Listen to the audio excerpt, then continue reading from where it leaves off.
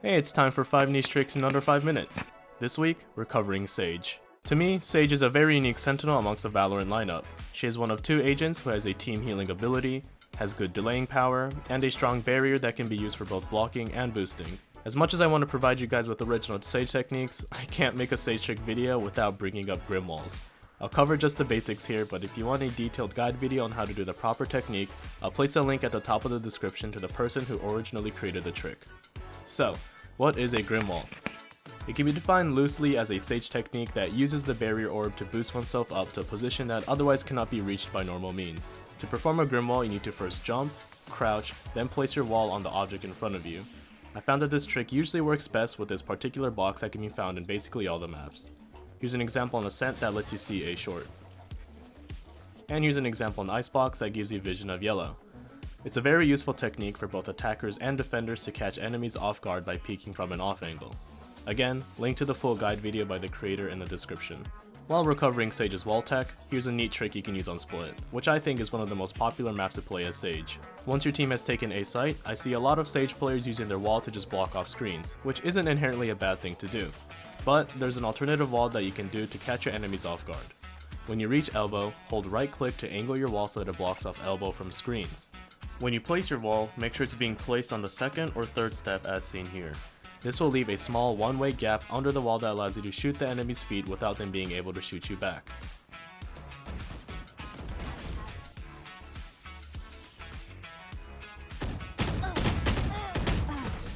Since we're already on Split, here's a bonus tip.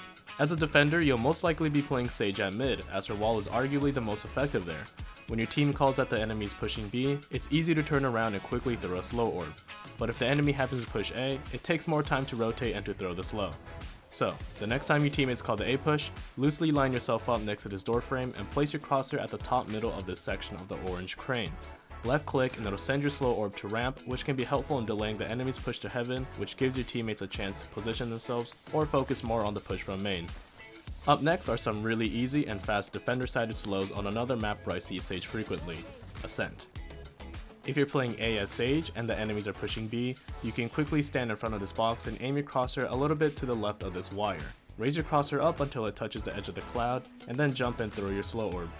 You will fly across the map and land in lane, which can delay the enemy's push into sight.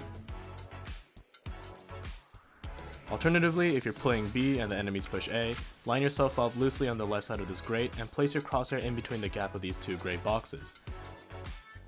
Jump and throw your slow orb. Since the Sage slow spreads in a wide proximity, these lineups have a lot of room for error, so it's okay if you don't line it up perfectly. Now here's some attacker-sided Sage slows on Icebox.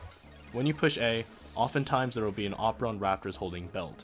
You can align yourself up with the left side of this entrance and place your crosshair in the middle of these 2 red arrows in front of you.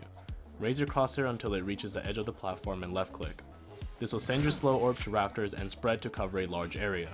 Although this is not a 100% deterrent for enemies using operators, it can discourage them from peeking, as it can be difficult to reposition after taking a shot. Similarly, if you're pushing B site, the second floor of the site is a popular position for enemies.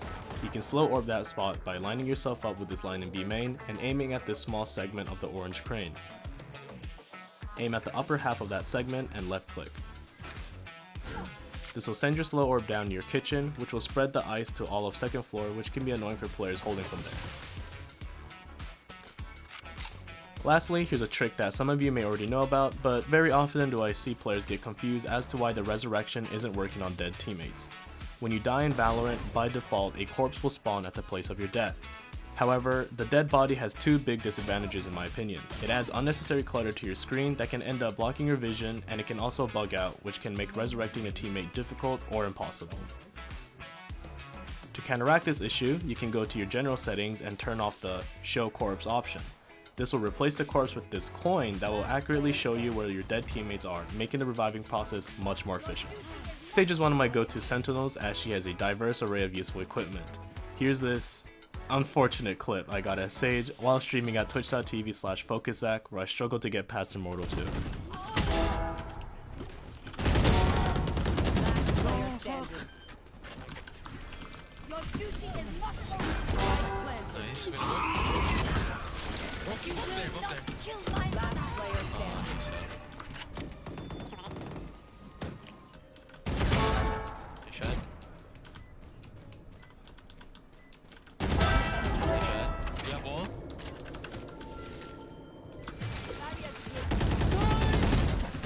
No!